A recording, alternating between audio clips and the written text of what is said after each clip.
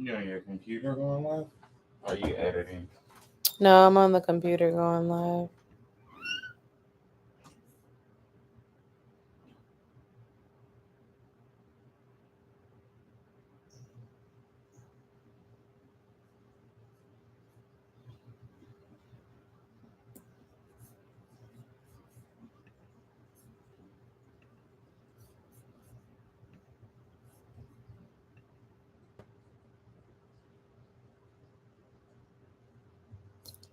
Let me promote this live because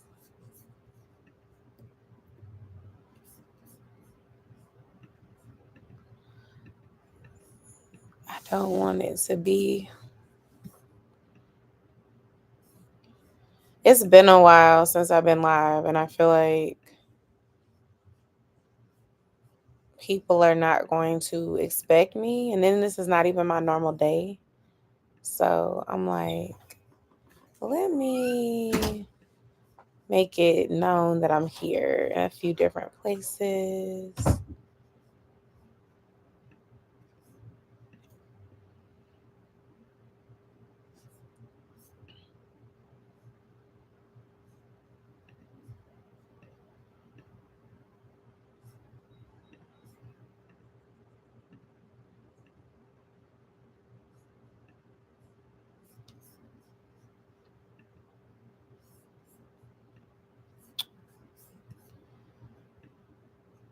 Y'all, it has been a long time since I've done this. And I'm just like,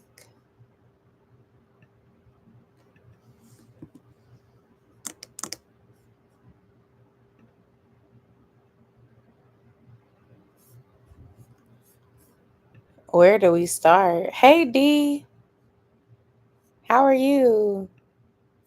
I just saw that you said hello. I'm just like, I'm just gonna tell people if you join in and you're trying to watch from the beginning, just go ahead and skip the first few minutes of the stream because I'm sitting here trying to tell people to come and talk with me on here. What's Friday?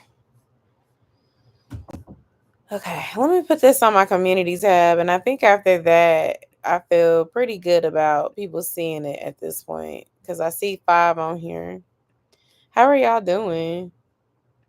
It's been a little minute since I went live, and I feel like it's overdue. So I was just like, you know what? Let me just check in with y'all and see what y'all have going on. How are y'all doing in 2024 in this 5th month of the year? Cause I'm feeling kind of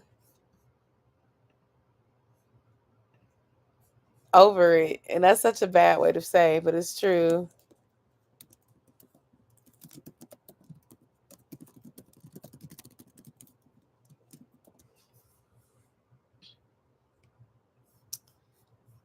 All right, good you. I'm feeling like over it. Like I said, I feel like I just haven't had a good week overall, personally. So yeah, um, trying to have a better weekend than I had during the week. So I just been dealing with some stuff with my son and dealing with some stuff with the car, um, and just trying to balance it all. I took a break from vlogging because I just got super busy with all the different things. I am down 10 pounds since I restarted my fitness journey, but I haven't been documenting it because I've really just been trying to keep up with everything.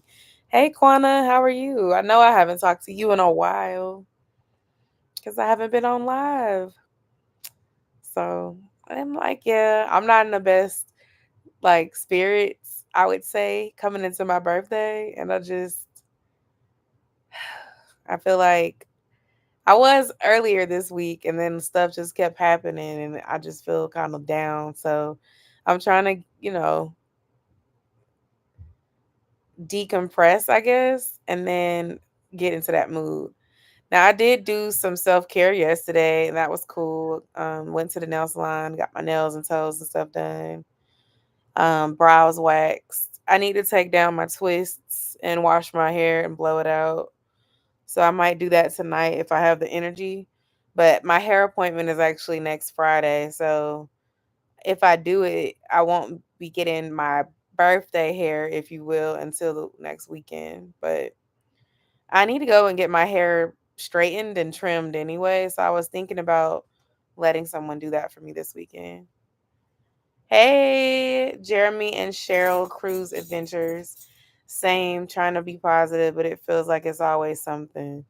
Yeah, that's exactly how I'm feeling. Like you make some progress in a direction of starting to feel good about yourself or get over a hurdle, and then it's like life gives you something else to be worried about. So it's just like, taking the time to reflect and think about what is going good so you don't wallow in sadness, because it's very easy to get sad when you keep having obstacle after obstacle and you keep feeling like, you know, you basically have 5 seconds in between problems before it's time for something else to be wrong. But it can take a toll on you after a while.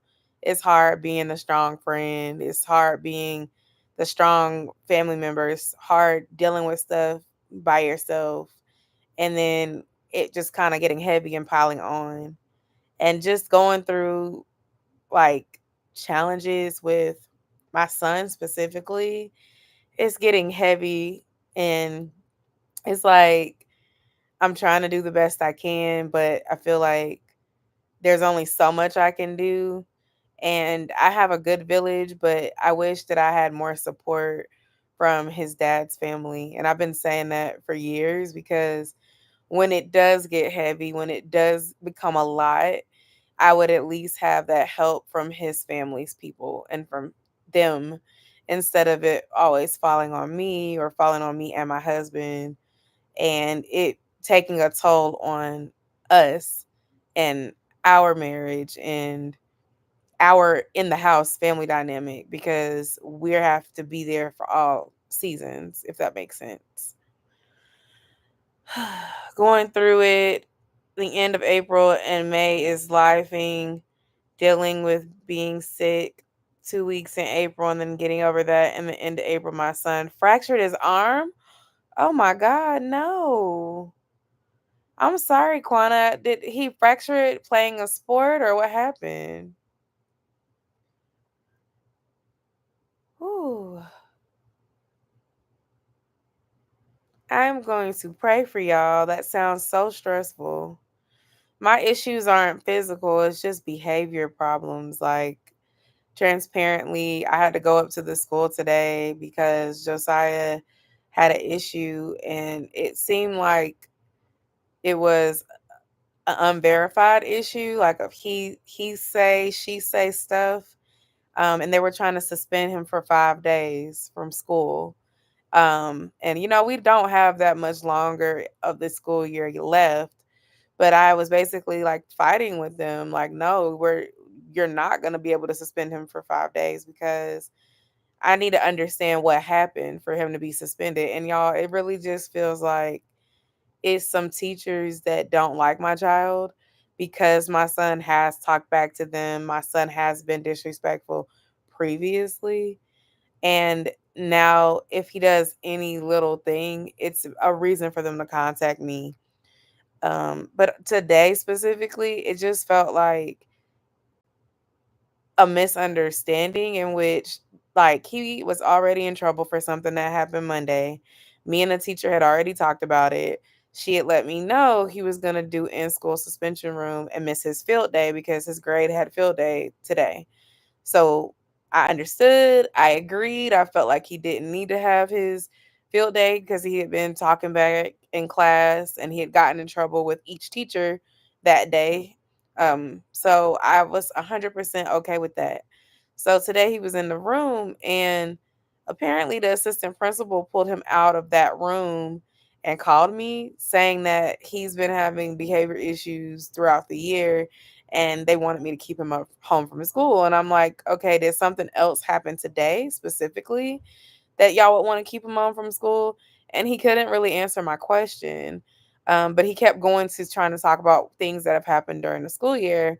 And I'm like, okay, I understand that. But what did he do today that warrants a 5-day suspension? Because I was already aware that he was in the in school suspension room. And you can't tell me that him talking back was enough for him to be suspended for 5 days, especially when he was in a fight at the beginning of the school year when these people were trying to jump on him and he only got in school suspension for that. So, how does 5 days of suspension equate to in school suspension for a fight when this is just a matter of talking back? What did he say or what was said to him? And when I dropped him off, he knew that he wasn't going to field day. So it wasn't like he was surprised and pulled out of field day. You know what I'm saying? So I ended up talking to the principal. We had a great conversation. Um, Long story short, I've talked to Josiah and he'll be at school next week. But they basically were saying if there's any more issues that are of that nature of defiance or, disrespecting a teacher, he'll be gone for the rest of the school year. And I'm just like, there's that. And then my husband's car that we just got, watch the vlogs if you don't know what I'm talking about. Um, we bought it used, of course, but that car was having some issues and we've been stressed out trying to figure out what's wrong with it because it was driving fine. And then he took it to a shop to get like a small issue addressed. And apparently they moved some stuff around and it caused an alternator issue. So we got the alternator repaired. And now when the guy fixed the alternator, he said it was some bracket missing under the alternator. And that's why it wasn't connecting to the battery. It's just a lot. So now we're back sharing the car again, trying to figure out how to do that. And my birthday is on Monday. So it's just been a lot of little things piling on. When Josiah got in trouble on Monday, we had a talk and he was basically saying that he feels like nobody cares about him and he's acting out because he misses his dad and he's been in baseball, but he doesn't like enjoy being in the sports because he feels like, you know, my husband is there and he misses his own dad. And like it's heavy because it feels like we're doing everything we can to give Josiah a good life and it's not always appreciated. And it feels like he's romanticizing the relationship with his dad because it's so few and far in between that he only remembers the good parts of it.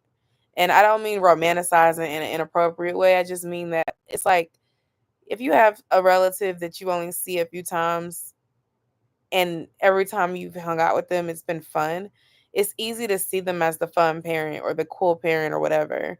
But when you're not with them full time, giving them a hard time, talking back to them, going through every emotion, of course, you're not going to get that fun version with your parents that are at home.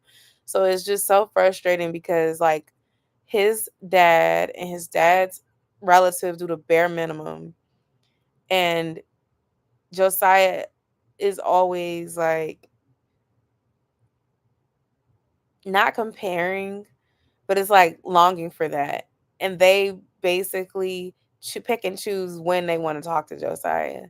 Now, to be the bigger person and to try to give Josiah that relationship, I did reach out tonight to his grandmother and the number I have for his dad. Haven't heard back yet. That was hours ago, but I did reach out. I said tonight, but I reached out this afternoon. I texted him like saying, "Hey, Josiah." I text the grandmother because she's the one with the most stability, saying, "Hey, like this is the number I have for Josiah's dad. Is he available? You know, he would like to talk with you."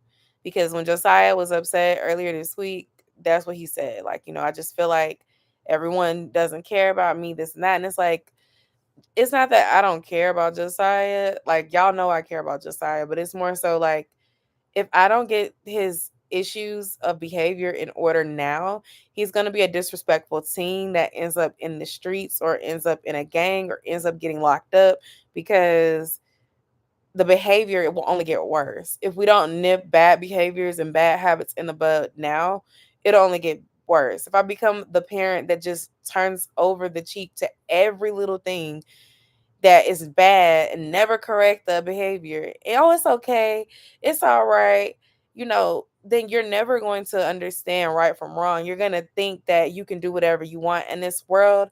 And then when you get older, the world will show you that you can't. If you don't correct it while they're young, when they get older, it gets worse. It gets harder.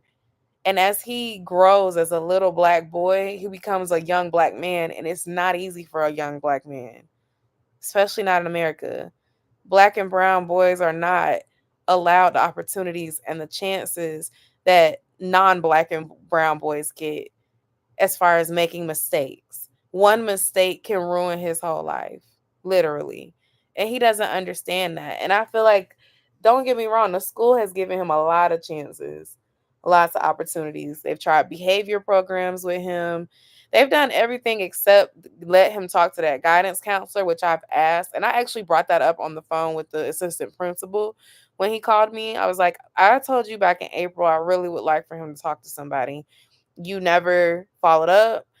The teacher didn't follow up. I've had a parent teacher conference with them because I wanted to make sure they weren't going to try to keep him back because of these behavior issues. They're not, they said, but it's just like,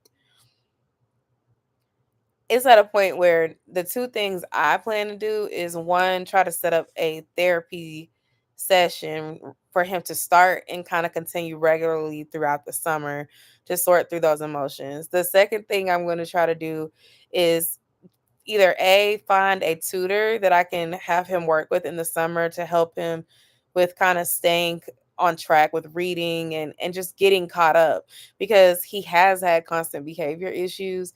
And I would say it's nothing like did get into a fight, but it was because someone was doing something to him first. But most of the issues have been him getting in trouble for talking back or arguing with a teacher. Let me read what y'all are saying. I'm sorry. He's 3 and he went to get on the bed and didn't really get on the bed fully and fell off in slow motion. Oh no. That's crazy. And they just don't want to deal with him. Exactly, Quana. The tone was literally, first of all, it's like all of these teachers and staff keep saying the same thing. Earlier this week, it's like, we just have 10 days of school left. What can we do to get through it? That's what his teacher said. The one that I really do think cares. And she was real transparent with me. She even tried to check on Josiah and she gave me some insight as to what he said to her. And it was similar to what I just told y'all. Like, he expressed that he isn't really liking his stepdad as much right now, and expressed that he's really not, um, you know, he really misses his dad. She reached out to him because she said, I noticed your behavior has been a little different lately. Is something going on at home? And that's what he told her. And then when I talked to him Monday, because he was in trouble, not with this same teacher, but with his homeroom teacher, who he doesn't really care for as much, um, he told me that as well. So I say that to say, we had a whole parent teacher conference. We talked about things. I expressed my concerns. Josiah let me know some boy at school has been bothering him all year. And it's a boy that, like, he told me about back in September. And I'm like, okay, so you still having these issues. It's kind of like Josiah has created a negative brand for himself at school. But at the same time, he's one of the most popular kids at school. All the kids love him, except for this one little boy that they've been having issues. But I say that to say, because he's done stuff before, it's like they've labeled my child as a problem. Sometimes he gets accused of stuff and he didn't even do it. Sometimes people do stuff to my child and they get away with it because it's Josiah. And because Josiah has done something before, they always assume the negative. It's only 3 teachers there that I know try to hear Josiah for who he is. And it's hard because it's like, sometimes he'll get in trouble for something and we have to fight for him, and they'll go run cameras and they'll realize, like, oh, somebody didn't tell the truth, or oh, this wasn't what exactly happened. It was actually like this. And it's like, I don't want it to keep being a fight. And I think for him, especially because he's dealing with a lot emotionally, just as a young boy, he's trying to fit in with folks. He's trying to understand who he is. He has these feelings of missing his dad. And, at home, he probably hasn't been the happiest lately because he's been in trouble, because he's been getting in trouble. So when he gets in trouble at school, he loses privileges at home. He's unhappy and he's taking it out everywhere else. But the thing that he has been doing well, as y'all know, is these sports. He's very much loving that. And he's definitely enjoying playing. But I think what caused the conflict a little bit was my husband coaching his team. As great as it is to have him there, I think if you think of it from a child's perspective, having your dad be your dad and discipline you at home, and then you come into a sport and now he's your coach and he's disciplining you on the field. And then at school, you go to school and you're fighting every day to have a good day. And it's either some child messing with you at school, or it's some teacher antagonizing you so that you can do something to react and then be told that you're being disrespectful. And then they come and tell your mom, and it's a repeated cycle. It's extremely frustrating. Yes, Des is coaching Josiah's baseball team, and he was assistant coaching when Josiah was playing basketball. They're doing so good though. Like, they're 6 games in. I'm sorry, not 6 games in. They have 6 wins. They have one tie and they have 2 losses. And they play their last game tomorrow. And then after that, they go into the playoffs. So the stats are so much better than when they did basketball. They were not doing very good with basketball. I think they only won 2 or 3 games. Or maybe it was 4, but they lost way more than they won. And they did not make it to the championship. Um, he isn't there scolding him and doing the tough stuff. Exactly. You have to give the tough love and don't, and dad got to be the fun parent. Exactly. To this day, like if Josiah was to go over there this weekend, I can guarantee he would still get to be the fun parent, because it's always these long gaps in between when they see each other. So it's like, yeah, he might get on him about things if I tell him what's going on, but it's like after that's done, you trying to make up for lost time. You're not trying to do the work, which requires tough tough decisions, tough conversations, and really you're not in a place where you can do that stuff because your ducks are still not in a row. But the difference is, like, my ducks weren't in a row either when I got pregnant. They weren't in a row after I had the baby and, didn't know what I was going to do, didn't have a job in my field. But guess what? I had to figure it out while also trying to be the best mom I could be. My husband and I got married at 24 and 25. We started dating very young. We had to figure it out, all while also raising Josiah. Never did I have a break to be selfish and figure out what I wanted to do on my own after I became his mom. So I don't really have, like, what's the word I'm trying to say? Like, it's not sympathy, I guess, because I feel like he's had a decade to get his shit together and figure out how to have a better life, and he's still not doing it. Like, at this point, I don't have any sympathy at all, but I do understand that his help is necessary. Even as a woman who's remarried and has a active father, me and my husband both agree that his help is necessary because Josiah knows his dad. So it's like he's fighting us because he thinks we're keeping him from his dad, but we're not.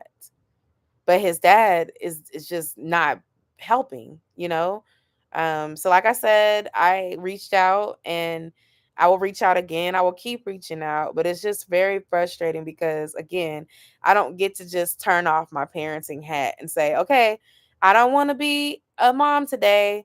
Like, I don't have that choice. And I'm not saying I want to turn it off, but I do just want to emphasize, like, it gets heavy sometimes. And that's just where I am right now.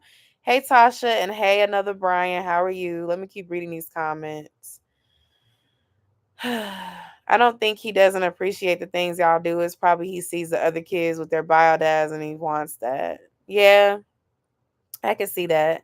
And then him and Dez have their moments where like Josiah is absolutely thrilled with Dez and loves everything about him. It's just I think it's a season. I think my husband has been definitely more disciplined this year just because he's had to step into that coach role. And as a coach, you can't be soft on the kids because they won't take stuff seriously. If you don't teach discipline at the beginning, they won't grow. And I saw that with basketball because the main coach was not my husband and that coach lacked so much discipline. The kids didn't ever want to follow directions during practice and they didn't really improve over the season. With baseball, it has been like night and day. My husband insisted that structure to begin with, or instilled that structure to begin with, and the kids' parents are also on board. So it's just created and fostered an environment where the kids really want to do good, they want to grow, they want to do better, and they've gotten so good over this last um like 2 months that they've been playing. So it's very different. I also just think that like coming into next year or just like this next sport, if we let Josiah do football, for example, I'm gonna see how it is on Josiah to experience playing without my husband being involved from a coaching perspective because Josiah has had him help coach for the last two things. And I think that like it'd be nice to just see if we can get a good disciplined coach that is not my husband that can help. And so he can understand that like it's not just your stepdad being hard on you and your friends. This is how sports goes. This is something you asked to do. Now, he didn't ask to do baseball, but he did ask to do basketball and he has asked to do football. Now that he's doing baseball, he's good at it and he likes it and he's made friends. But I think he feels like it's not going as it should because his stepdad is coaching and it's like you don't understand because this is your first year playing sports for real. All he's done so far is karate until this year when he tried baseball and basketball. So he just thinks, well, this is just how it is because Dez is coaching the team. I want him to be able to see when he goes to a team that's not in any way associated with my husband, then no, like if you're on a good team, you're going to have to be disciplined.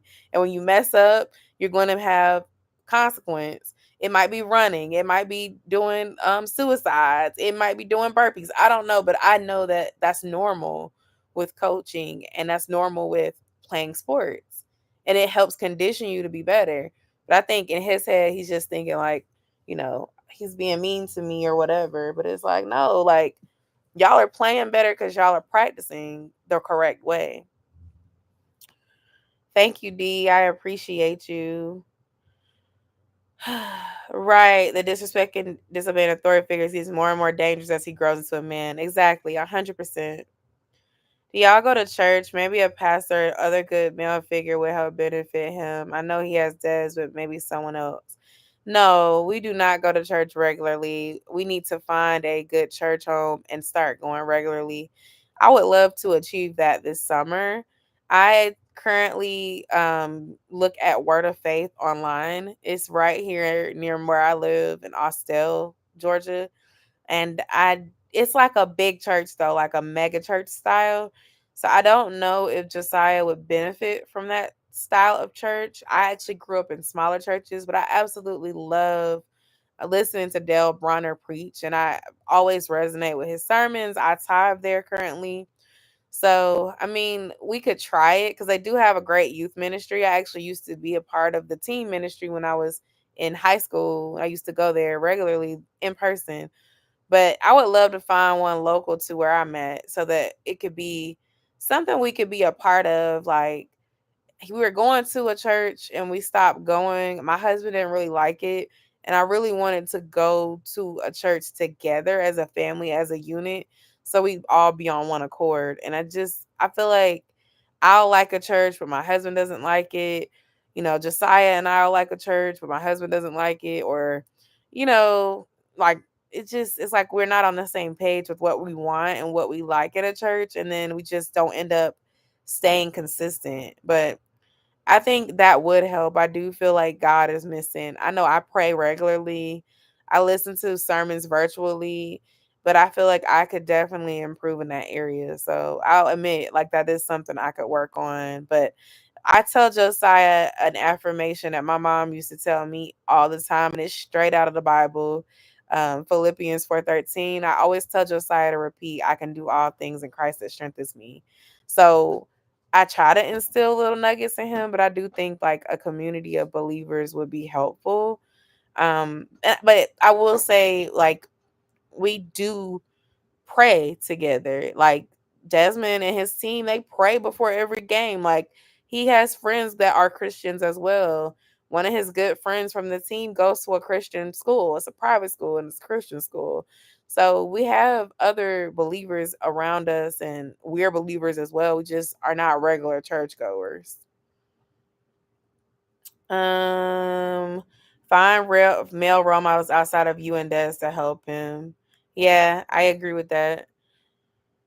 Hey, didn't get the notification you were live. Hey, didn't know. I don't know what's going on. Another person commented and said they didn't get my notifications either lately. YouTube been trying to keep me from growing. I don't know what's going on, but I'm glad you see that I'm here. Is there a way you can reach out to the counselor yourself? I feel like think someone having to talk to him about his feelings will help him. I left the counselor at school a voicemail on Wednesday and has not had that call returned yet. And I let the assistant principal know today when he called me that I would like him to talk with him. But there is some counseling services that I've been using for myself that I have for through my benefits that I could also use for Des. I could use for Josiah. We could do family counseling. We could do individual counseling. That's an option that I could try for free. And just say that it's behavior issues at school is the topic, and we could try 6 sessions. That's something that I'm going to consider doing. Josiah actually could have talked to someone today. I asked him if he wanted to, and he just said, he said, "Mommy, I really don't feel like talking about my feelings with anyone today." So I try to be respectful of what he was saying and not force him to talk to someone, but it is coming for sure. And then through the benefits, like that's one benefit, but then through like my paid benefits, I could go to Josiah's physician and say, I need a behavioral therapy recommendation for counseling. And then they could put in a referral and I could pay a copay to go and do that as well. So, yeah, that's honestly what's next because I can't do every week. I'm not exaggerating. Literally every week being called by the school next year. I just can't. I was telling Saya and my husband like, we want to start baby planning in the future and I cannot be pregnant dealing with this type of stress because I will get sick. I feel like I'm being drained now and I'm not even pregnant. Like the headache, like I just can't. So we got to figure out what is going on first, make sure we're all good because Josiah wants to be a big brother. That's another thing he keeps expressing. But it's like you can't stress me out the entire pregnancy because with behavior things. Like, and I don't mean to be mean, but I'm just being very transparent. This is real talk, right? We got to figure out what it is. And it's like if we can't get his family on board, I got to figure out how we can make him feel supported and loved with the people that are showing up in his village because we do love him and we do care. And like I told him, if they want to be here, I am not blocking that opportunity. But if they don't, that's their loss. They're missing out on the great person that you are. And you misbehaving is not going to change them being here or not being there because it's not your choice. It's not my choice. That's on them. It's almost like there's no escape. Exactly. If Des is coaching too. Exactly. You're right, D. How does he get along with other kids in your family? He gets along with other kids in my family great. He absolutely loves his cousins. He absolutely loves everybody in the family. We do have one big cousin that be kind of like picking on all the little cousins. But if I were to say, Josiah, you want to go over to grandpa's house and spend the night right now so he could be with his other cousins, he would be like, yes, I want to go right now. He loves playing with them.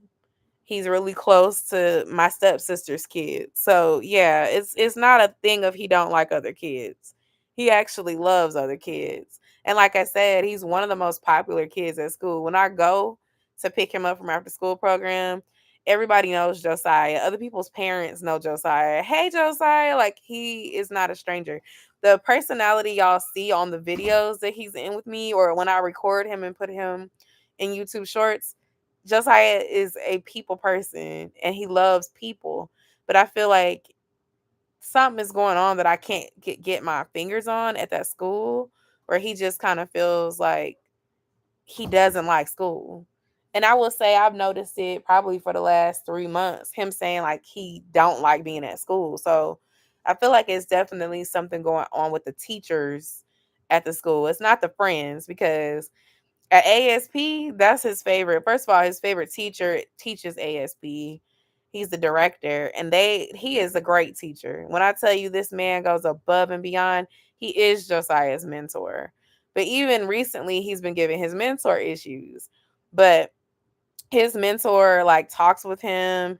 He's the one that'll run the cameras to verify if something actually happened instead of just taking another adult's word for it, and has proven sometimes when he was being lied on and stuff like that. Josiah lost his glasses at school. He found them and gave them back to me by running the camera. Like, when I tell you, like, he is such a great person, he is. He goes above and beyond. And they only have had a relationship the last 3 years because of ASP, because he never was Josiah's like homeroom teacher. He also teaches kindergarten, but he never taught Josiah. And like, he checks on Josiah even outside of the school year. He's just such a great person. But I feel like, all the teachers that he's had is not like that. He's had a habit of having, and in his kindergarten teacher, Miss Davis was her name. She was amazing. They never had any issues. But when he went to first, he had another teacher. She didn't really care for my son. And Josiah didn't care for her either. Last year, he had two teachers that seemed to really like him. He did have some behavior issues, but what really caused Josiah to start spiraling in a negative way was when his homeroom teacher got in a car accident and she was gone for 3 months. They had so many substitutes in there. It was no structure in that classroom. And I think that really messed Josiah up because he liked his homeroom teacher. Then by the time she came back, things were different. And it was hard to get him back on track. And, we made it through.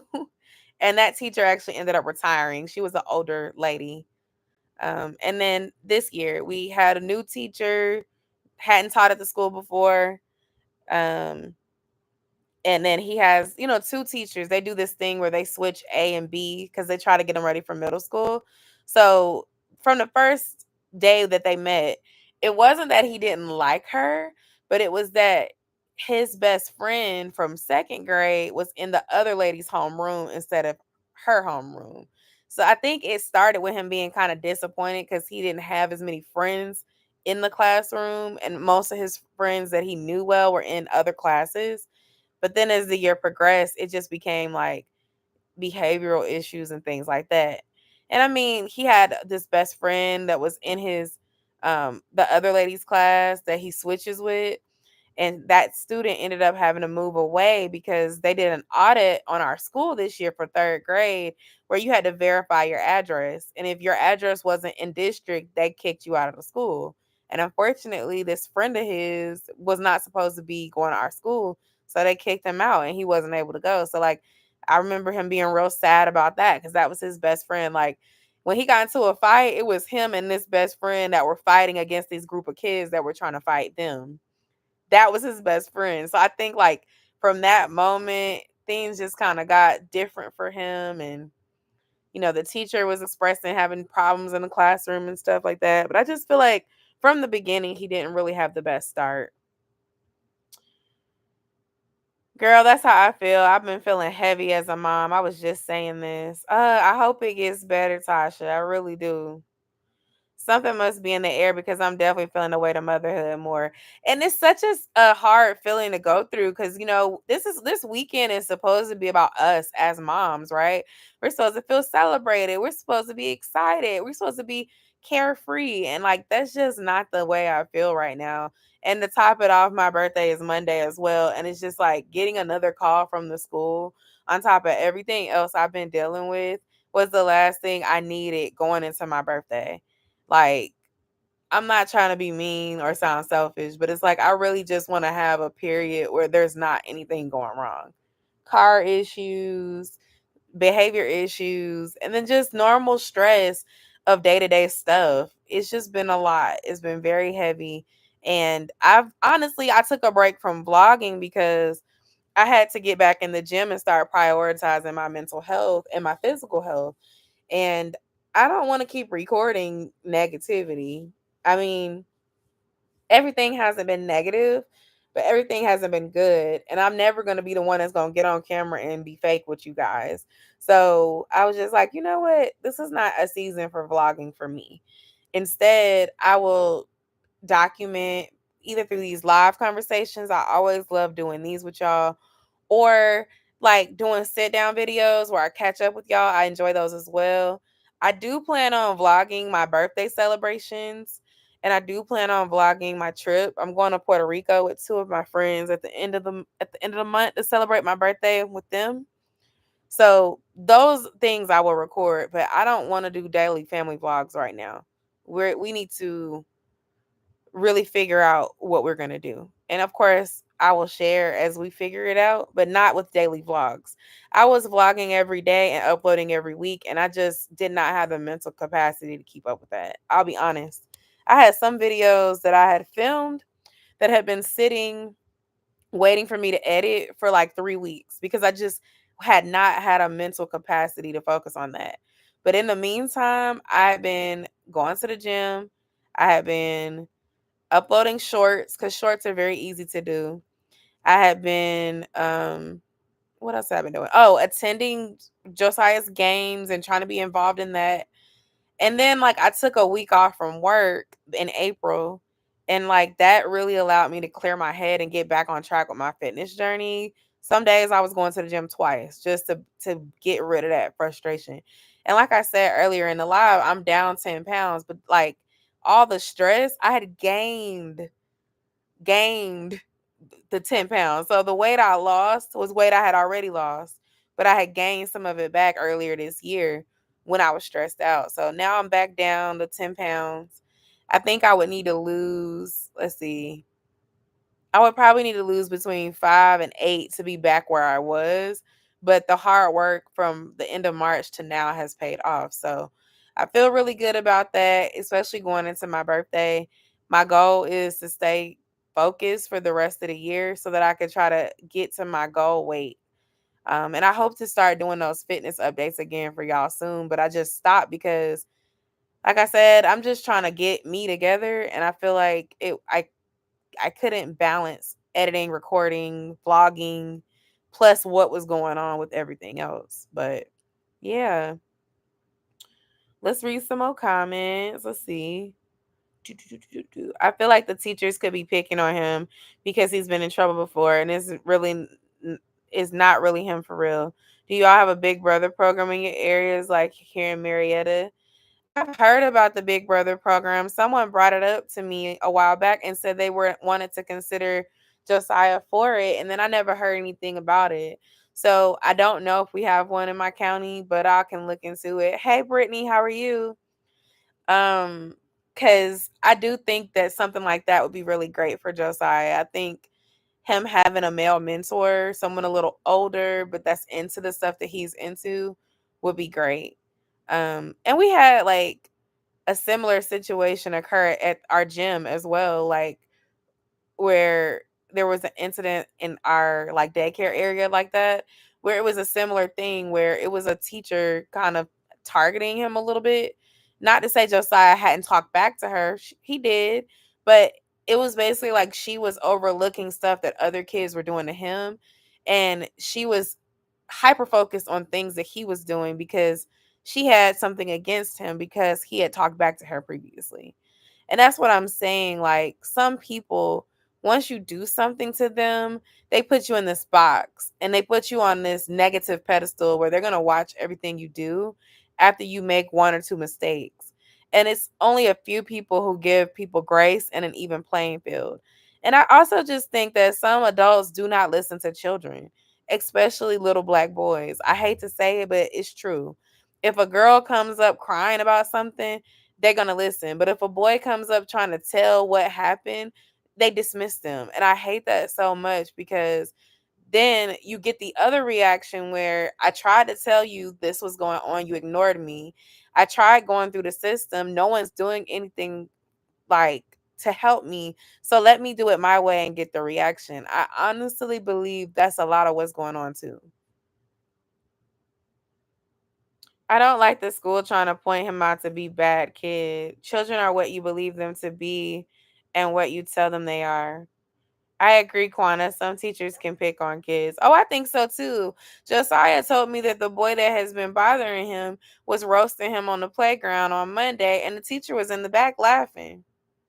And when I talked to her about it, she said they don't even be playing together because he be playing football with other kids. So I said, those two stories don't sound alike. And when I was talking with the teacher, thank you so much, Tasha. When I was talking to the teacher earlier today, like the assistant principal, I caught him in a lie as well. He kept trying to change it. That's why I'm saying like it's at a point where I'm even at a point where I don't just go like, "Oh, okay, I understand completely." Like I try to make sure I'm thinking of it full picture because I understand that adults lie and manipulate. And I know some adults just take adults' word for it, don't do no investigating. If this person said this happened, that's what they're going to go with. They don't ask questions like, "Well, what did you see? What happened before this occurred?" They just go with whatever is written on a report. So people can leave out details. They can say they didn't know. It's really like you have to really advocate for your kids. You have to really advocate for kids when you are watching them. That's a responsibility. You can't just take the job for the summers off and the breaks and stuff like that or the benefits. You have to take it because you want to be a child's advocate. And then this week, this male teacher went viral because he was, I guess, getting his braids taken down in class and people were outraged. And I'm just sitting there like, I didn't even watch it. I didn't even care too much. But I just felt like that was a double standard because I've literally seen similar things with woman teachers and nobody's outraged. I honestly feel like this is a time in the school year where a lot of students are not doing anything, specifically in public schools. So it's like if they're bonding with their teacher and it's nothing inappropriate, fine. Maybe he shouldn't have went live and did it in the middle of the school day. But at the end of the day, it's really hard to get through to kids for reasons that like what we're talking about right now. A lot of people don't even like kids and they're teaching. It's just like a lot of people work in healthcare and they don't like people and they treat people nasty in the healthcare industry, but they're doing it for the money. They're doing it for the benefits. They're doing it because someone told them they should do it. Oh, if you become a teacher and you teach in this county for X amount of years, your loans will be paid off. Everybody is not in it for these kids. And it's so evident in how kids are treated in certain areas. And I also think with some people, they have a thought that they can use the same approach on every child or every person. It's like everyone has different needs and different unique abilities and ways of doing stuff. So you can't just be stuck in your little box of how you want to do things. And if people won't conform to what you want, you're going to X them out the box. Like you can't be closed minded and be a good educator. That's just my opinion. My daughter went through this. I transferred her, and there's no problem. Sometimes they will gang up on the kids. I have thought about that long and hard. There is a school that I could take him to down the street. We actually were using the school during basketball season, and it seemed like a good school. I'd have to do some like research on how a transfer would go because I think I just missed the transfer request period. I could have requested for him to transfer to a different school by April 30th, and now of course it's May 10th. So I don't know. You know what I'm saying? But I feel like, what's keeping me from wanting to do that is one, he has a lot of friends in the school. Two, his mentor is still there at the school. But if it's gonna be the same thing, like as far as administration stereotyping my child and treating him a certain way, then I might do that just because maybe he wants a fresh start where no one knows him. But the problem is all of these behavior reports and referrals are going to follow him because it's in his record. So they still could look that stuff up and assume and make judgment on him before he gets in the room because of that. And that's the other reason why I try to advocate and ask questions and, just talk to these people before we just say, okay, this is what we're going to do. Because like I said, if I wouldn't have went up to that school today, they would have been suspending him for 5 days next week for nothing or for talking back. And I'm like, I understand it's the last 7 days of school. Y'all are tired. I'm tired too. How do you think I feel? Y'all are calling me or sending me messages through the communication app every week about something. And like his teacher said, the one that like Josiah likes and she and him do better, she said, we have some issues here and there, but I don't call you for everything, every little thing. And that's the thing. Some of these people are calling me for every little thing and it doesn't be an emergency. And then Josiah will come home from school and tell me about something and someone doing something to him. And it's like, I don't hear anything about it. And if he don't tell me, then I don't know. I'm like, you got scratches and stuff on you. You coming home. And I'm like, how did this scratch get on you? Oh, well, such and such scratched me when we were playing. And this person hit me and this and this and that. And I'm like, so why is it every time you talk back, I get a phone call home, but it's people putting their hands on you and I don't get a phone call home about that? Or it's some child belittling you because you cut your hair, trying to roast you per se on the playground, but apparently, y'all aren't even supposed to be playing together because they know about it and they've separated. When were they going to notify me about that? Why is it when people are doing stuff to you, there's no notification or FYI? But when you do stuff to them or just it's an adult and kid issue, y'all notify me about that. You know what I'm saying? It gets very draining and it begins to feel like my child is being singled out. I'm not saying he's perfect. I know he's not. I know I've dealt with some of the talking back stuff and just, trying to get his point across. He's an only child. He likes to express himself. And being honest, y'all know how my husband is. If you've been around, you know how he can be. Josiah picks up in that personality as well, where, you know, he will die on that hill if he thinks that he did it. And he's right. So it's just trying to find that balance of advocate for yourself, but teach them how to be a respectful young person and to understand when to be quiet.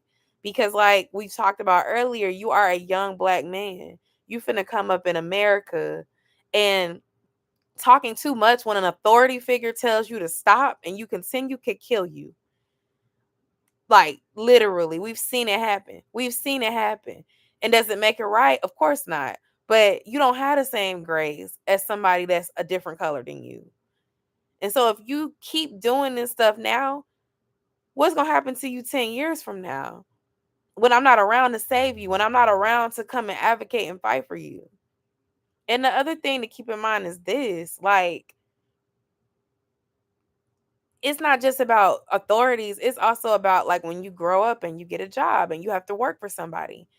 You can't sit here and argue with your boss and disrespect them and then think you're going to still have a job. That stuff is going to get you fired. So it's just like trying to teach the way to do things and also establishing that trust that if you stay in a child's place, but you come back and tell me or your stepdad that somebody did something to you and it was wrong, that we will follow up and fight that battle for you. Instead of you trying to fight the battle yourself, getting loud, getting rowdy, it becoming disrespectful. And then the battle is now focused on this child is disrespecting an adult instead of this child was trying to advocate because someone did something wrong to him. Because that's happened a lot too, where something wrong will happen. Josiah will try to explain the situation and they'll tell him that he can't tell what's going on right now. And then Josiah is upset and he won't let it go because he's like, no, but I need to tell you what happened. So it's like, I don't know. It's a lot. My son is a part of the Big Brothers program. It's amazing. I am going to look into that and see how we can get involved. advocate for him because it sounds like they're just saying things to paint him in a bad light because seeing him on the live a couple of times, he just seems like an active, talkative person. Yeah, he is. Is that he tries to defend himself and they don't like it, so they call it talking back? Yes, sometimes it is. It is. Sometimes it is. And it'll be like they're saying, okay, that's enough, and he's gonna keep going because he wasn't done telling you what he had to say. And then if you try to shut him up, he'll get loud with you. So yeah, it's definitely that. And I just think I don't know what happened with the homeroom teacher, but I think that he doesn't like his homeroom teacher for whatever reason. She's always very nice to me when we talk to one another, but I don't know how she talks to my son. I don't know if she's condescending towards him. I don't know if it's anything. But like I said, if Josiah was being like roasted and he saw the teacher listening and laughing, like, yeah, I wouldn't like you either because now it's okay for these people to talk bad about me and you not gonna say nothing. Hello, Josiah. How can I help you? You're live? Um, hello, people of the world. Goodbye, Josiah. Oh, he cut his hair, y'all. They can see the corner of your head. Okay, bye. Bye. Shut my door. It's like you're live. So yeah, I don't know. I kind of want to go out and have some drinks. I made a drink, but I haven't sipped it because I've been talking to y'all. I talked to my therapist recently, and that helped a little bit, but I just felt like I was all over the place. I need to take my twist out, y'all. I want to go get my hair done.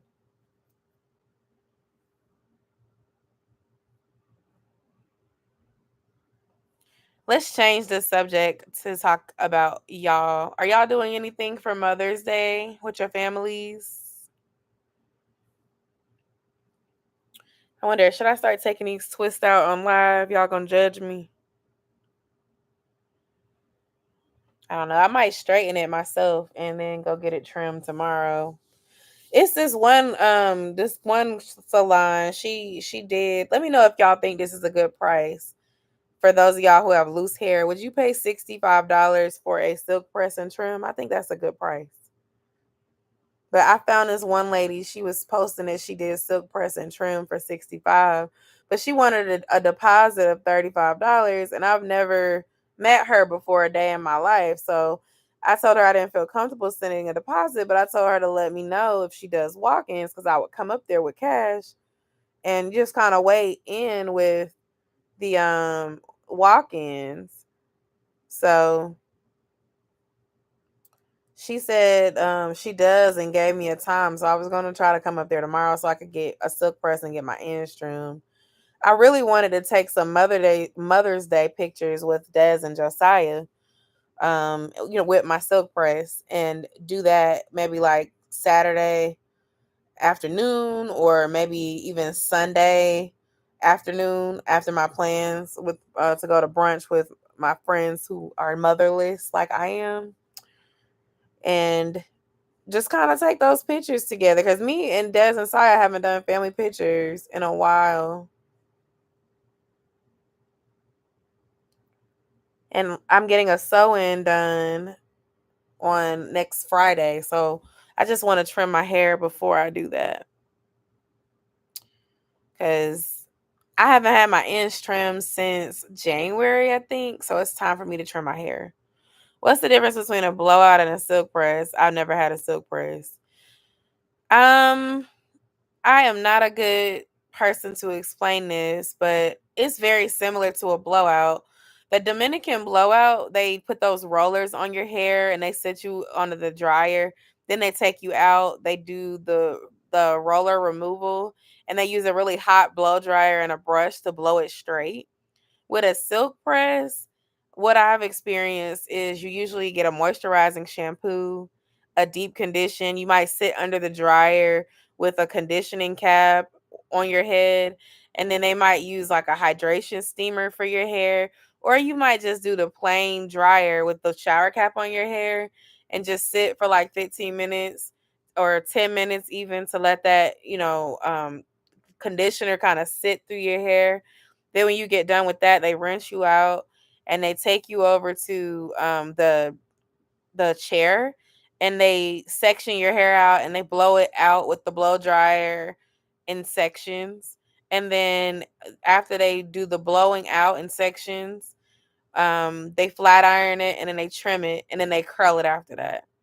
So it's a very similar process, but I think it's a little bit less heat usually with the silk press versus the Dominican blowout. Oh, hey. You saying hey to Saya. I think you're behind on the live.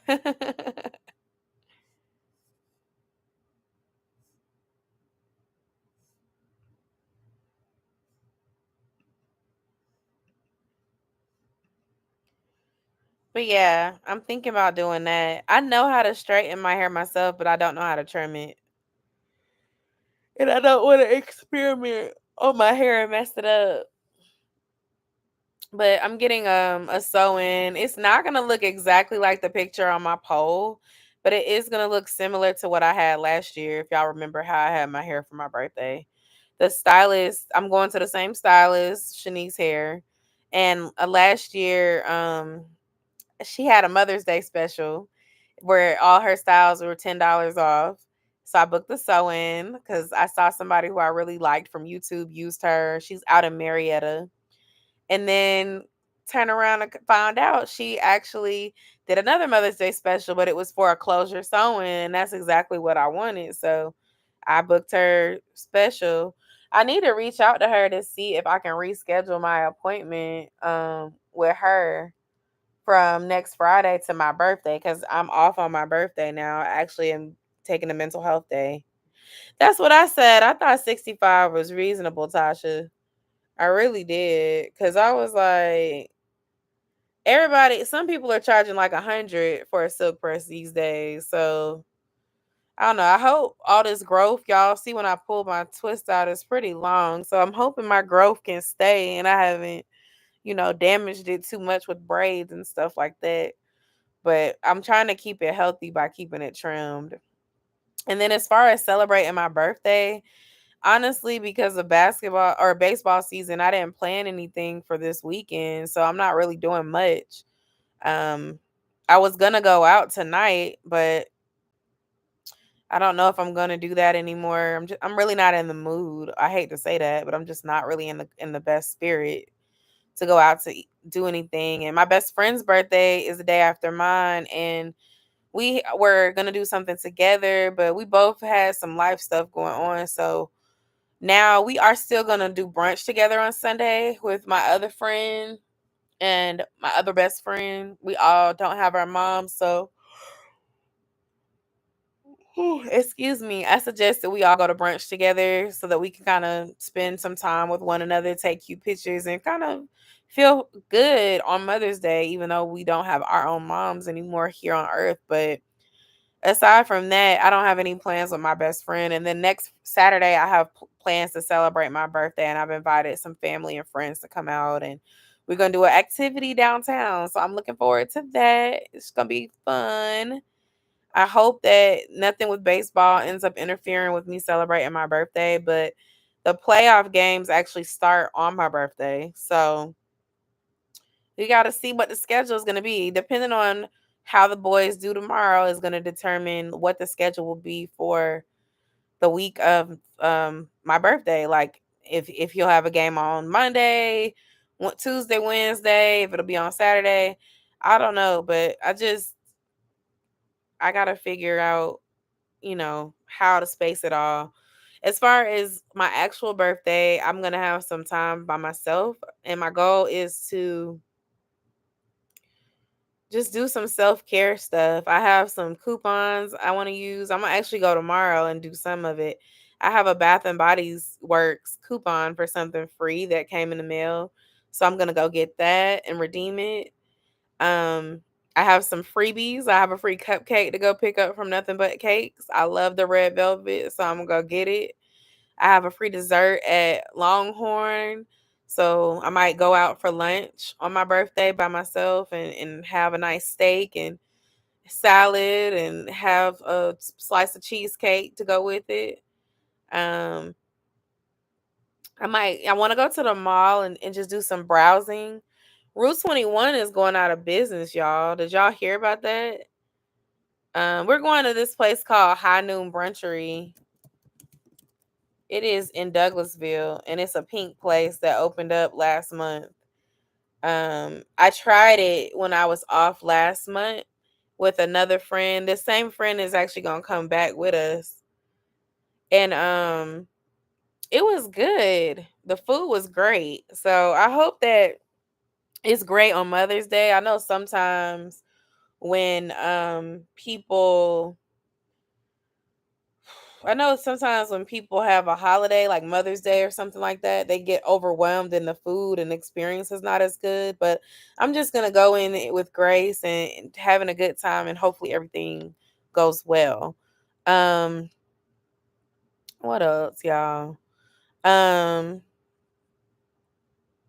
was going to say something else. I was thinking about going to like a bar or lounge tonight.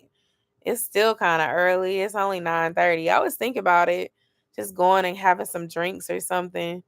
And maybe I'll do it tomorrow. I don't know. I want to have fun, do a little shopping.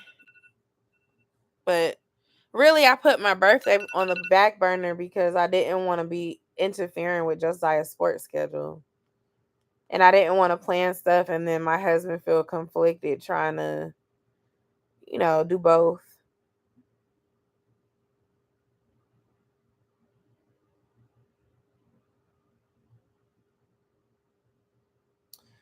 I just got a Facebook memory from another time a few years ago where some people decorated my desk to celebrate my birthday. I'm like, that's so sweet.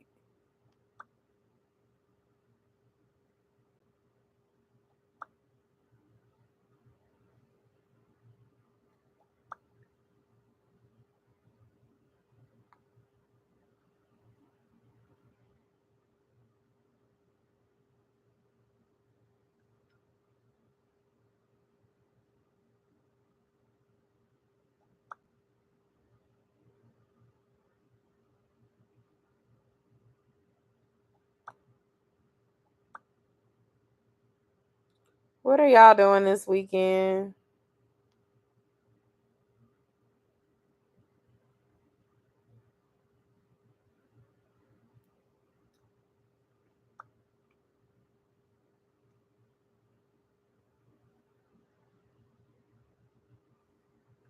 How are y'all celebrating your Mother's Day?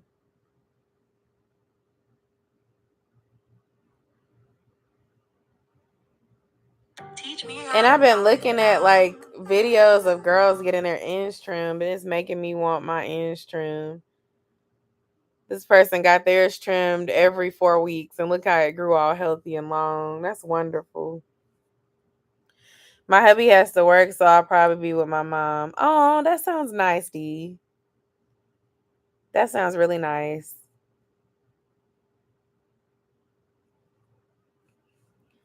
Be like mother, daughter, granddaughter. Ooh.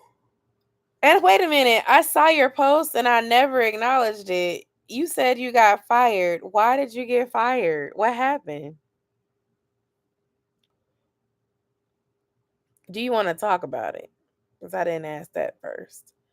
I'm going to sit up and have a sit. Like, yeah, everybody was going through stuff and I forgot to ask you because we kept talking about my thing. We won't have to keep talking about mine no more. I'm going to just start drinking until I'm in a good mood.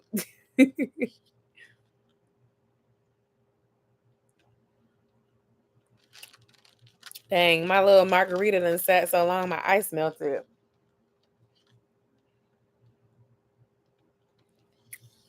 But yeah, it's time to take these out. It's looking like I'm finna lock it up.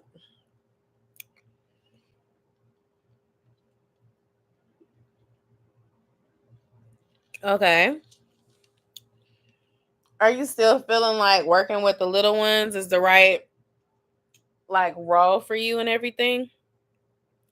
All right, do you think you need to move to older kids? Is it the parents? I hear sometimes with nannying, it's the parents that be the problem.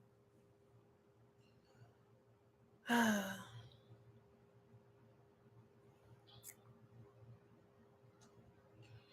finna start taking these twists down because I want something else. I don't want this in anymore. So we're gonna do this. It's very much the parents. I've heard that before a few times. People don't be wanting their kids to be disciplined, and you don't want no one saying nothing to your kids when they're not doing something that they're not supposed to do. And I know that kind of goes with what we were talking about before, but I'm not that parent. I just don't want nobody lying on my kid. I liked her mom, but she was a helicopter parent. She watched the cameras too, which made me feel like she didn't trust me. Oh. I mean, I understand that, I guess, for the safety of her child. Like, you never know. Some people are crazy. But what did she fire you for? What did she say you did? I was supposed to work for them until she started school in the fall, but the dad got leave, so they don't need me anymore. He's military. Oh, okay, I understand. Like her kid was kicking and biting me, and all I said was, "We don't hit. That's not nice." And the mom called me and said, "Are you frustrated with her? I don't want you snapping and hurting her." I'm like, "Are you serious? What does she expect you to say? Like, no, I'm not frustrated that your child just bit me and is sitting here hitting and kicking me. But since you're watching, would you like to help intervene so that she doesn't keep doing this? Like, you gonna sit here and watch your child bite and hit me?" It sounds like the child is acting out because she doesn't want anyone watching her except the mom, which is going to make it really difficult when she starts. You said she's going to start school in the fall. She ain't going to be able to get nothing done if nobody can help her with her kid. It's going to become difficult. And dad is working, so she's not going to have the help she needs. I said, "I'm not frustrated. How would you like me to handle the behavior in the future?" That was a professional way to handle that. I don't understand. Why would I don't think you did anything wrong based on what you're explaining. That doesn't sound like a reason to be let go. But maybe it was the dad who said something.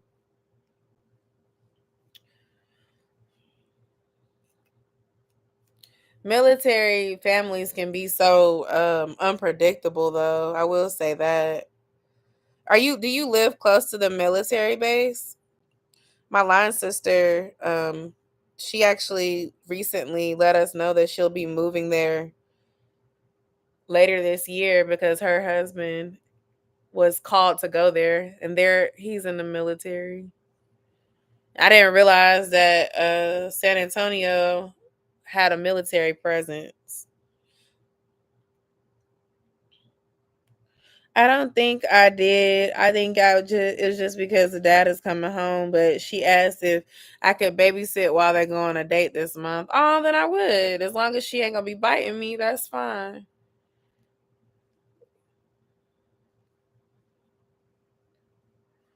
Yeah, so in San Antonio is the military capital of the U.S. I live right next to one. Oh, okay. That's a great place to get your clients too. And they should, have the budget that is necessary for childcare needs.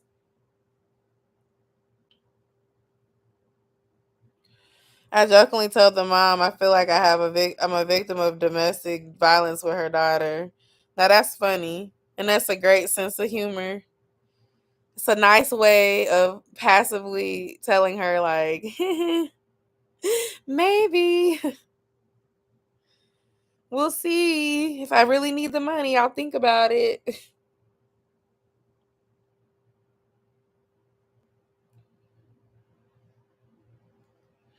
But obviously she trusts you if she asks for you to come back. But I understand like that was your full-time sense of income. Did they allow you to bring your daughter with you as you were nannying, or did you have to make child care arrangements of your own for your daughter while you were working?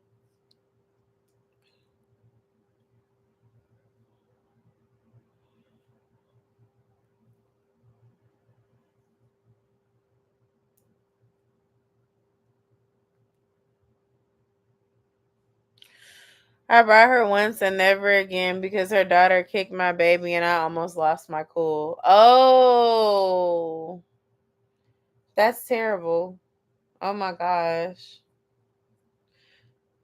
That's really bad. What's she gonna do if mom gets pregnant again and has another sibling? That's really bad. She doesn't like or do well with other kids yet.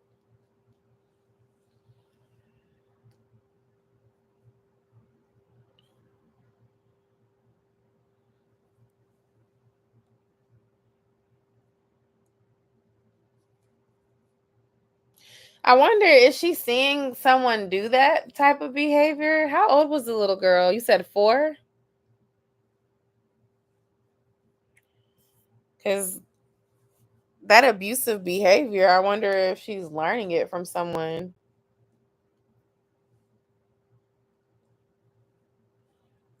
That's interesting. Ooh, no, y'all, not the knots in the back of these Swiss, y'all. I ain't kept this stuff in for a little while. I told mom she must be replicating behavior she saw at daycare. Have to be, because that's, I don't know, kicking another child is a little bit extreme. So unless she saw someone else do that, I don't understand why she would do that. I suggest putting her in therapy, but I don't know if the mom will. Yeah, because she can't go around kicking other kids. And you said if she's 4, she'll be 5 and she'll be going to school, and that type of behavior, they'll be wanting to kick her out of school because it's a physical. That's something that's not taken lightly once they get to school. You can't be kicking other kids and stuff. Because she would scream and cry if you try to take her potty too. So I expressed concerns to the mom and of possible abuse. Oh, that's bad.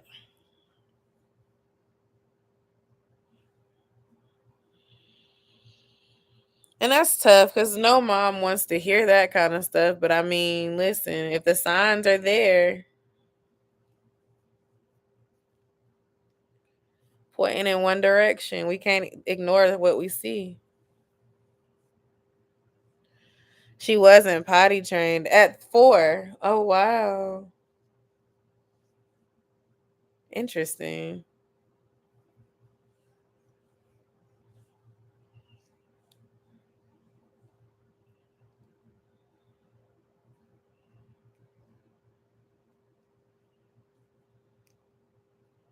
And she definitely should be at that age. And usually little girls are easier to potty train than little boys, in my opinion. And mainly it's because we go to the bathroom one way. So, it's easier for mommy to train a little girl, in my opinion. But the best thing you can do with little baby girls in potty training, or just like boys and any baby really, is once they show interest, that's when you got to hop on it and be consistent with them. Because once they start to regress, it's difficult to get them to go back to showing those habits that they want to go to the potty. And that's something I learned with Josiah. Like, Josiah had a daycare lady that was helping him, but we were not like enforcing those behaviors at home. And I want to say he was like 18 months or maybe 2 years. And so he kind of regressed with it a little bit. And of course, as he got older, he did better with like going to the potty during the day, cuz when they're playing, they don't like to be wet. And of course, like eventually he stopped having like the poop in the diapers or whatever. And it really, with night, it just became like the wet diapers, not really the poop in the diapers as he got a little older. But it just seemed like we struggled for a long time with trying to potty train fully. And I think boys are harder to train than girls. My son is nonverbal, so it's hard for me. I can only imagine. I can only imagine. And it's just, to me, it's hard for a woman to teach a man or a little boy how to use the bathroom because it's not the same. That's why, like, our fathers really do matter because they can show and demonstrate that stuff. Like, with the anatomy, I don't have the same parts as you to show you how to do it. So, it's difficult to show you how to do these things. And it gets frustrating. So, like, if you have someone helping you at daycare and they can do some of it, like, with you during the day, like, take that help and don't mess it up by not doing it at home because it's hard. Like, if you're lazy with potty training, it's going to take so much longer. And if they start regressing, it gets frustrating because it's like you have these feelings of, well, I know you can do it because you did it before, but you're not doing it. And it's like they don't understand exactly. So that's probably one of the harder parts. But now that I have a son that's almost 9 years old, I will say I feel like it was much easier when he was under 3. Like, yeah. And my baby could talk really well when he was like 1. But really at 2, you could really understand what he was saying. You know how some babies talk and you like, huh? What are they saying? Josiah could articulate himself at a young age.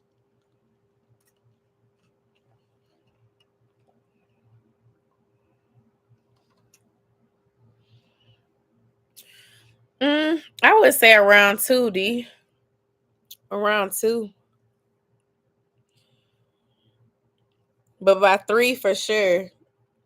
Like between 2 and 3. And I think at 2, like you will start to notice a shift with them. Because they're gonna start not wanting to be wet. And I noticed like with little girls, they don't like the way it feels to be wet. I know even when I was a little girl, I remember being like 3 and 4. Specifically 4. Like I had an accident once at a party because I was having fun and I didn't want to stop playing. And like that wetness felt cold. I didn't like that.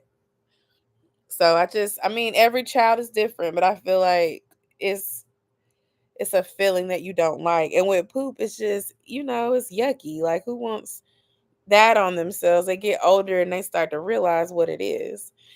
Another good indicator too is when the baby begins to take their own diaper off. Like, okay, they're ready for potty training. They understand this is dirty. I don't need this on me anymore. So it's just a matter of being consistent with them because, the more consistent you are with the process, the faster they'll get used to it and start doing what they're supposed to do. And like I said, I keep talking about consistency. Consistency is important because if you stop and then you just start letting them do pull-ups and you just throw the pull-ups away, then they get lazy with it as well and they won't try to go to the bathroom on their own.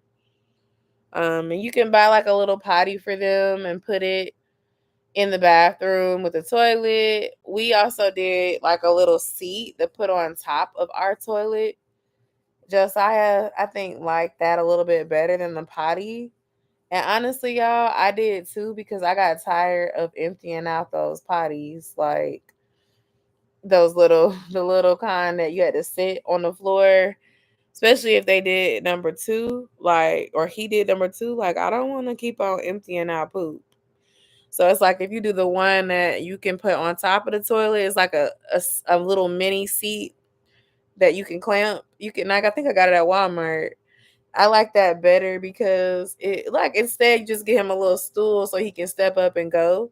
And then when he gets done, you can flush it in the toilet instead of having to transport bodily fluids, because that's gross to me. But whatever your child likes. I mean, some children like having a potty because it's decorated, and they like Spider-Man. You get them Spider-Man or Bluey or whoever. Like, they have the little decorative things, so they feel excited going to go use their thing. With little boys, also, you could do like the cereal and have them aim at the cereal and make it a game. Little things like that, but it's really a joint effort, like them wanting to do it, and then also like you being consistent about making them do it. And then as they get older, you also like start going out in public and taking bathroom breaks with them and make them try to go when y'all are in public so they can get used to having to stop and think, do I have to go to the bathroom right now? But at 4, I'm not even trying to be funny. If that child doesn't have any sort of like disabilities, like, autistic children, for example, they sometimes potty train a little bit later. That's normal. But if she is not having any sort of developmental disabilities and, not autistic, 4, she should be potty trained. Let's see. My daughter was probably fully potty trained by 1, but Jeremiah wasn't fully potty trained until 2. Well, that's really good, Tasha. That's really good. Especially 1. I would definitely try to start it earlier with my next baby if I have another one. I started right when he turned 3, but it's harder because he won't be able to communicate. He's wet. We're trying ASL to get him to communicate more. Oh, that's really cool. He'll know how to sign language, and I think that that's awesome.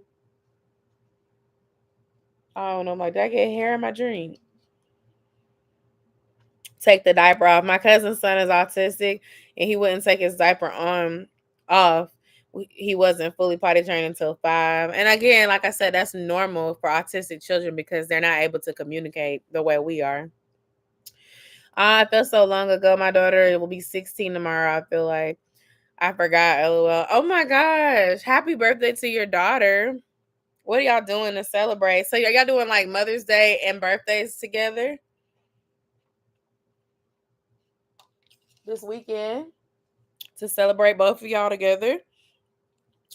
When I was your daughter and I are the same zodiac sign. When I was young and my mother was living, and Mother's Day was like my birthday weekend, my dad would make us celebrate together. And we would do like lunch somewhere. Usually my mom would get to choose because it was Mother's Day. And then we do something to celebrate me too. So it'd be like a family weekend type thing usually. And then some weekends we would do like a thing with my friends as well. Mother's Day. So my birthday is on the 13th. So usually Mother's Day is around my birthday, but a lot of times it's before my birthday. Like, this year it's on the 12th. Last year it was on the 14th. Every few years Mother's Day is on May 13th, but it's skipped. It was actually supposed to be, I think if we wouldn't have had a leap year, it actually would have been on my birthday this year, but the leap year threw it off and pushed it to Monday because last year it was on the 14th, which is the day after. So some years my birthday is after Mother's Day. Most years actually. Because Mother's Day is the first or second Monday in May every year. Or second Sunday, not Monday, second Sunday in May every single year. So I feel like, that's part of it. But I used to not like when I was young and my birthday would be lumped in with Mother's Day. And now as an adult, I still don't like that because, my birthday has always been my birthday. I haven't always been a mom. And so it's like, it's kind of like people who have a birthday that's near Christmas. It's like, you don't want your birthday lumped in with Christmas, especially if your birthday is not on Christmas. So when people try to say Happy Mother's Day, Happy Birthday, like it's like thank you, but it's two separate things.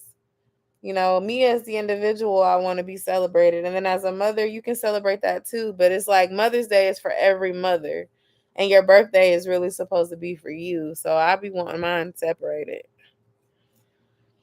Oh, you a Taurus, Lord. What's wrong with Tauruses? Don't mix us up with the Taurus men. Taurus women and Taurus men are usually pretty different, I would say. Them Taurus men, I understand why you said, oh, Lord, and I'm just going to leave it at that.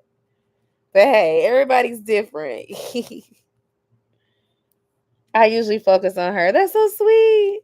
Yeah, she was a Mother's Day baby. She'll be having her sweet 16. I never have celebrated a Mother's Day. I believe you, because our birthday be in the way of you celebrating every time.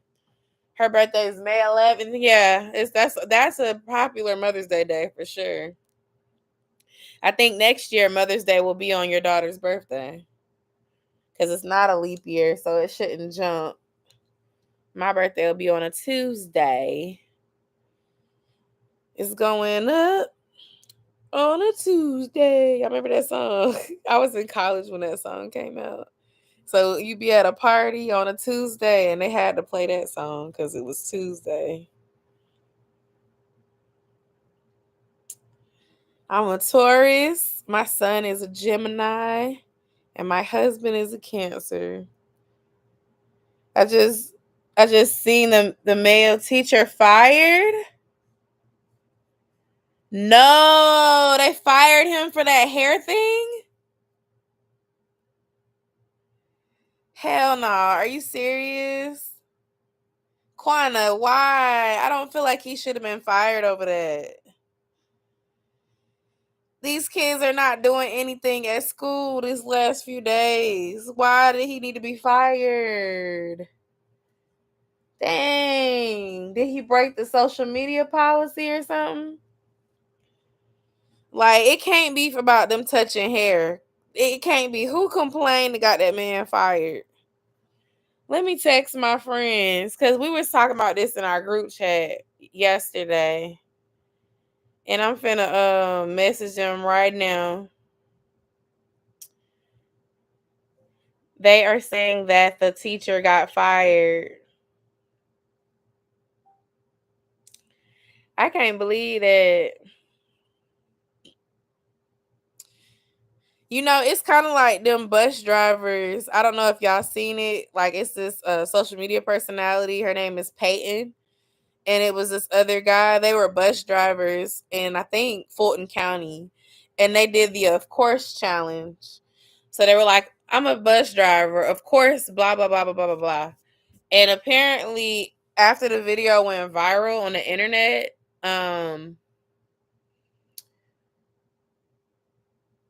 it created outrage, and someone reported them, and they got suspended, and they were on suspension with pay for a few months. And then after a few months of suspension with pay, they decided to terminate them for their video doing the Of Course challenge. And I just think it's crazy because, first of all, with bus drivers, there's a shortage. I know with my child's county, my son is not a bus rider. I don't want him to be a bus rider if I can help it. But with my son's county, like, there are always second loads and bus delays because they don't have enough drivers. So it's like, you have to be, I just say this, even with me being a content creator, you have to be very careful about what you put online about yourself and about your life, and just having some sense of discretion, because if you ever do go viral and somebody don't like what you said or did, that mess can cost you your job, which is your livelihood. And it's really crazy because,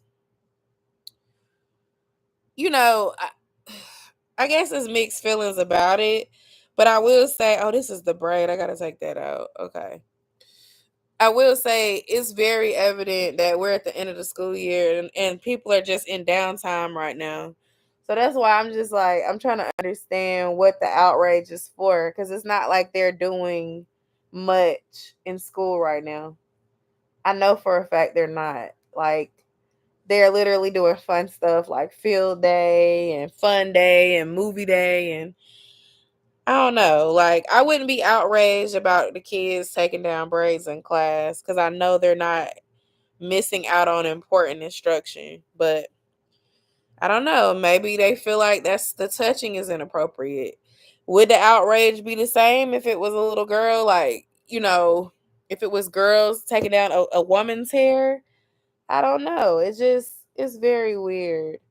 But I will say this: where he probably went wrong is going live while that was going on. Like, you have to be careful, and there's a lot of teachers, especially like in the last 2 years, who made content on their TikTok at school, talking about or acting out scenarios that have happened in the classroom. So you just have to be careful because that stuff can get you fired. It can sincerely get you fired. And it's like, you could be the best teacher, but people might feel like, why do you have time to do that? When is the classwork being done? I don't know. I don't think he should have lost his job over that. I really don't. Oh, it's because it went viral. It have to be because they ain't doing nothing in the classroom. I know they're not. He shouldn't have been because there are women teachers getting wigs put on them. Exactly. That's why I don't mention my jobs at all. You don't need to. And even with me, like, I try to be very careful about what I post because it ain't that I'm doing something I shouldn't be doing. But, if somebody who I work with finds me and they tell me, I'll be like, yeah, you found it. Okay. But I don't really go broadcasting everything specific to where I work and let me go live while I'm working and doing so. Because no, it just take one angry person to report it upward. And then your livelihood is affected by that. And you're not doing nothing that you ain't even supposed to be doing. But it could cause people to be in your business that don't need to be in your business. I've had people come up to me that I work with saying they've seen my Yelp reviews. And, they've come across those. I'm like, yeah, I'm an elite Yelper. That ain't nothing that I'm embarrassed about or should get me in any trouble. But, it's something I do. It's something I've been doing since college. YouTube, too. I've been doing YouTube since I was in high school. And YouTube pays me. So, if somebody asks, I would say, yeah, I do content creation on the side. But you have to be careful. You never know, like, who is really against you. You know what I'm saying? You got to be careful what you put out there.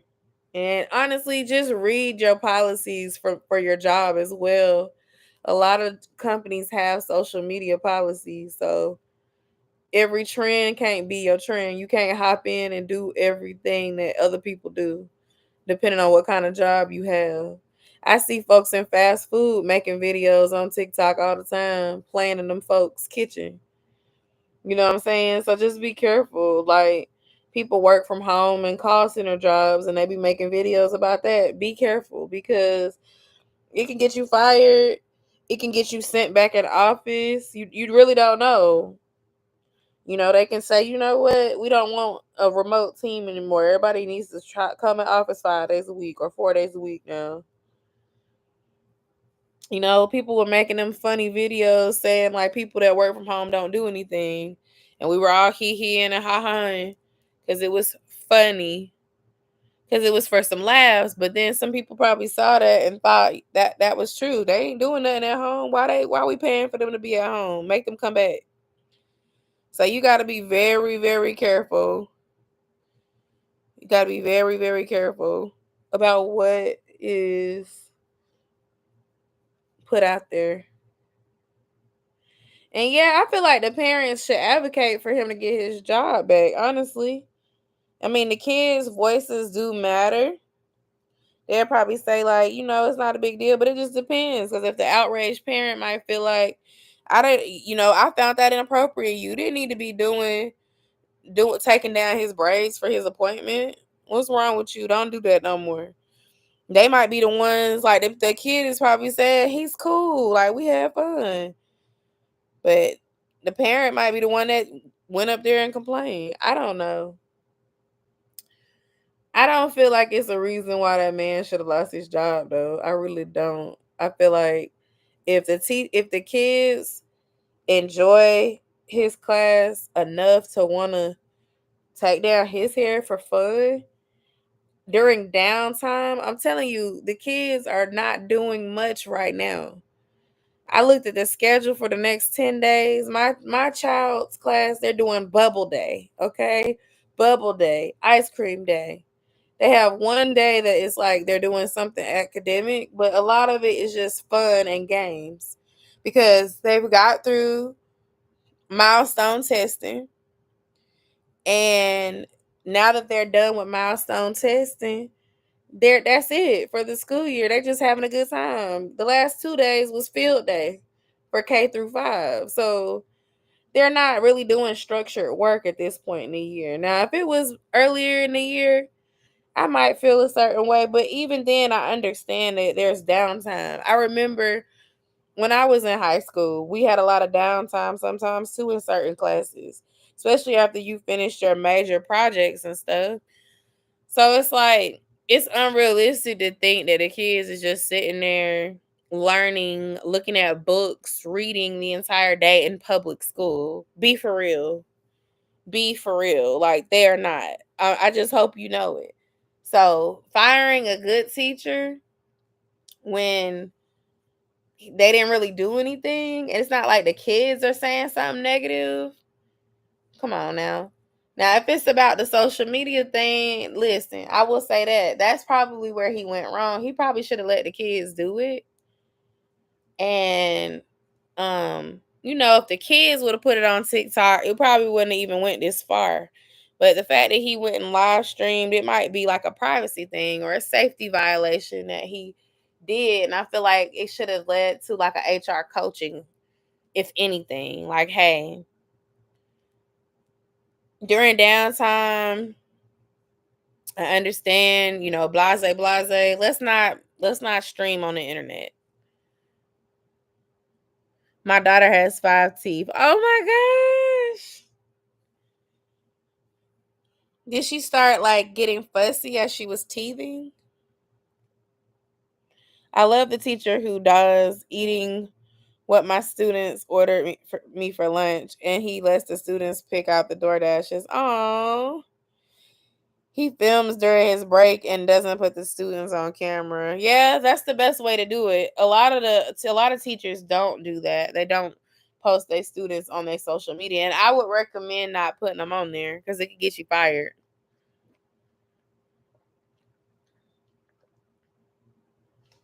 Okay, thank you, Quana.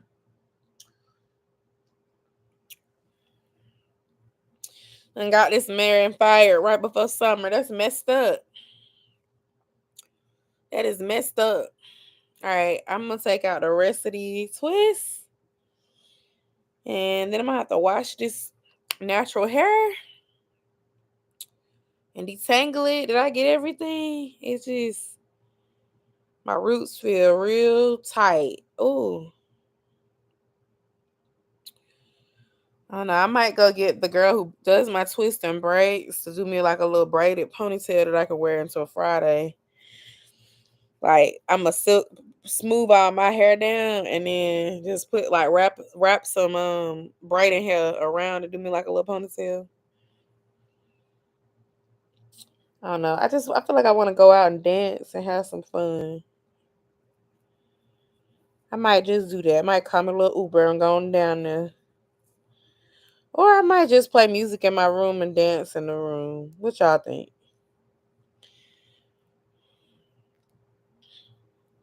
I don't know. I just feel like I should be at somebody's happy hour tomorrow. Having a good time.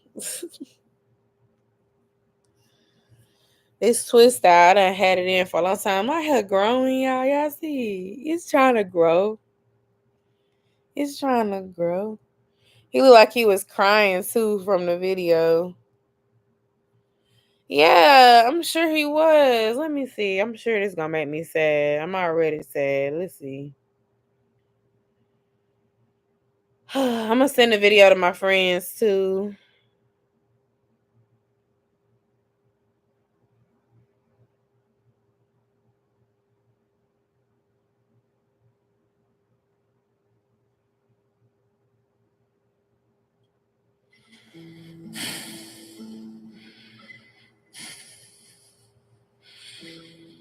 Some of the messages that they've been sending me. Aww.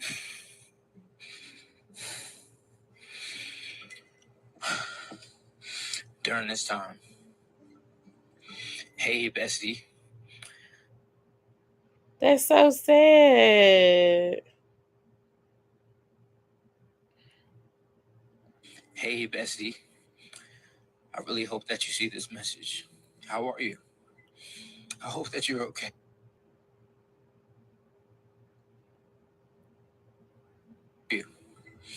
I hope that you're okay.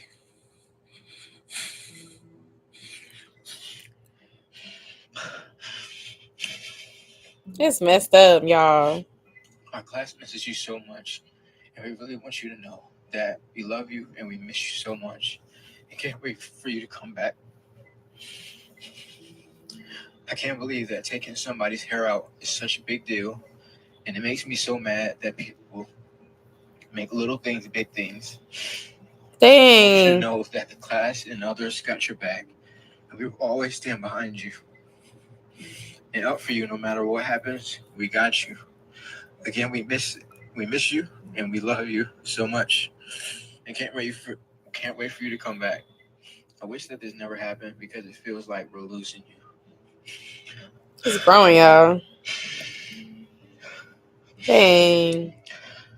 Come back soon. Don't be gone too long, because if you're not back by Monday, I know something's up. But anyways, I also made sure that the classroom was clean before we left. Love you, missed you. Love you, miss you. See you later. Hi, Mr. White. We've been seeing all this stuff going on, and so has your other former students, and I just want you to know that we're standing with you. I'm literally in my junior year of high school right now, and seeing all this, you were my and many others' favorite teacher. Oh. And then he got let go during Teacher Appreciation Week. Yeah, he's crying. Many of your students and former students are doing our best to advocate for you. You're one of the few teachers that made me really feel like I had a voice and opinion. And not only that you made learning fun and encouraging, at the end of the day, some people won't understand that some adults generally have a good heart. Aww. And it comes. Not me over here about to cry. To dealing with children, and that's probably never going to change. But we know parents, staff, etc. None that they're. I'm gonna send it to you, D. Knows that there has never been anything weird going on. And that sorry, I just saw your message. Insinuation of that. That's so sad. I didn't see the original video, but I saw like screenshots of it. He got suspended for. I think I have your new number. I just texted. If it's not the right number, like if you didn't get it in the next 2 minutes, then just say, hey, nah, I didn't get it, and then I'll send it to you on Instagram or something. But that's crazy to me that he got suspended for this. It ain't really that big of a deal, y'all.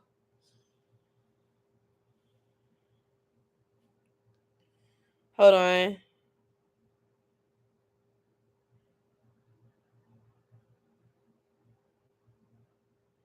I just called you by accident. Ignore it. Hold on. I have your correct number. Delete it.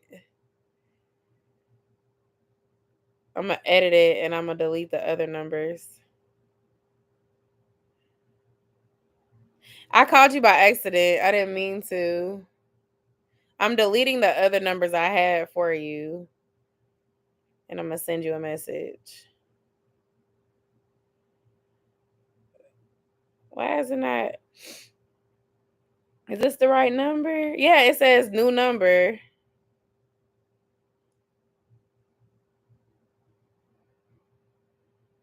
Okay. Okay, let me know if the message went through. I deleted the other numbers I have. Yosha has to send it because it was in a chat. Hit this comment thing in a group AM. And it's not on his page. I found it on the page that Quana sent me was like somebody else's Facebook sharing it. And not me. I'm taking down my own hair on live. So he films. I feel like if it wasn't a black man, it wouldn't even be this level of outrage. Like if it was a Caucasian teacher with like plaits and she let her students take down the hair, it wouldn't even been no thing. It would have been like, oh, look at this wonderful bonding moment with the teacher and the students. But because it's a black man, it's always a level of let me make an example out of you. I don't have to watch no more of the video, but it made me feel sad. He was sitting there reading the messages his students sent on live. Where he got suspended. So, with suspension, they might let him come back next school year. They're going to investigate and then they may determine not to let him go. But I do know, if they suspend him and he does come back, I'm sure he probably won't feel comfortable doing that again. Because look what it got him, You have to be very careful about recording stuff with kids. That's the hard part. And I have folks I went to college with who've done little skits on TikTok with their students and went viral, 4 or 5 million views on TikTok. They were doing how I've seen people doing videos imitating how their kids act. So I don't know. I think it depends on the county and the school and all of that good stuff, but it's unfortunate for sure. I hate to hear that he got fired. Hopefully it's when they do some investigating, as they say, they consider all the positive messages from the community that say they stand with him and all of that, and maybe he can look for a different role. But it sucks because it's so hard to find a good teacher. It's so hard. And they run away to good teachers with stuff like that. Shaking with her and didn't get fired. Wow. And then Quana was saying earlier, it was a woman getting a wig installed, which maybe is different. If the student is practicing cosmetology and has asked, or maybe it's after school, I don't know. I have a gray hair in here. This is the hair that came out when I took my twist out, and it's a gray hair in there. I think I got them all, y'all. I think. Oh, wait, no, it's a braid right here. She do these little crisscross braids, so skinny.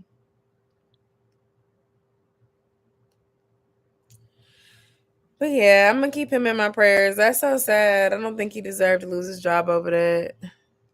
And people were on Twitter saying they need to set boundaries because he's a male teacher and trying to make it deeper than students taking down hair. Yeah, there needs to be boundaries. When my friend brought it up in the group chat, she said the same thing about boundaries and stuff like that. So I understand that, but I wasn't outraged when I heard about it. I was just like, we don't have these same boundaries when it comes to female teachers. Female teachers have done their students' hair, vice versa. So I just feel like we got to be consistent across the genders. We can't say that it's okay for a woman teacher to do something, and then if a male teacher does it, we're outraged and we need to suspend somebody. There was a video I saw, or a post I saw earlier this week, where a mom was saying that her pre-K teacher decided to comb out her daughter's locks that she had just paid to get done on her 4-year-old daughter, because she said her daughter was covering her hair at school and she was trying to help because she didn't want her to feel embarrassed or just like bad about her hair at school. And so the mom was like, well, what should I do? Because she took out my daughter's locks and braided her hair for her.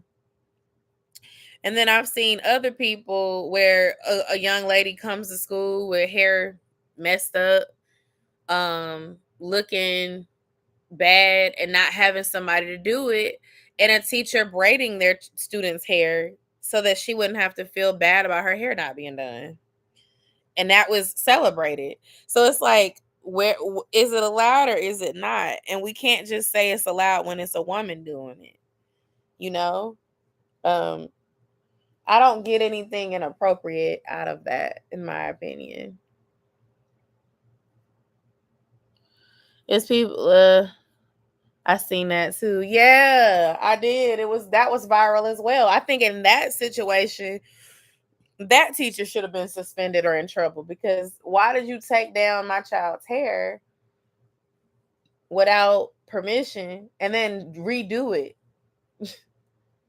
Like, to me, that would warrant a suspension more than this situation we talking about right now, because he didn't do anything to a student.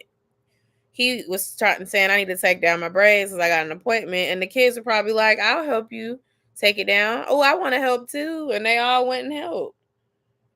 Now, it shouldn't have been, I don't know, maybe because he recorded it, or I don't know. I don't know the rules. And that's the thing, the difference with the lady who decided to take down the little girl's locks. She didn't record her, so we really don't know what happened. We just have that she said she thought the little girl felt embarrassed and was covering her hair because she didn't record her. She just took it upon herself to do it. I know I would have been heated if I paid for Josiah to have a style done and I came and picked him up and some teacher decided to take it down and do something else. I would have been upset because my son had hair, so I understand. Like that. That's a boundary too. Like that's crossing a line too. I was trying to figure out how she took it out.